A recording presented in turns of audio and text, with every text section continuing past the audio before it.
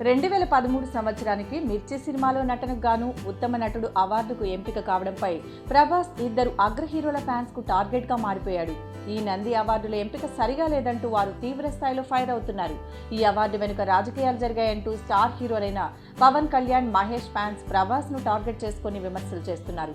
2013లో మహేష్ సీతమ్మ వాకిట్లో సిరిమల చెట్టు, పవన్ అత్తారింటికి దారేది సినిమాల్లో ఇచ్చిన పెర్ఫార్మెన్స్ కు ప్రభాస్ మిర్చి పెర్ఫార్మెన్స్ ఓ మూలకు సరిపోదని ఈ ఇద్దరు హీరోల అభిమానులు ఫైర్ అవుతున్నారు.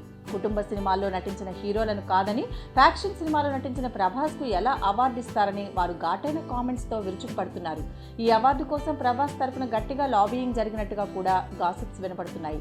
బాహుబలి 2 రిలీజ్ కు ముందు ప్రభాస్ కు అవార్డు వస్తే అది ఆ సినిమాకు బాగా హెల్ప్ అవుతుందనే ఇలా చేశారని టాక్. ఇక రాజమౌళి సైతం ప్రభాస్ కు ఈ అవార్డు వచ్చేలా చేయడంలో రాయబారాలు చేశాడన్న గుసగుసలు వస్తున్నాయి.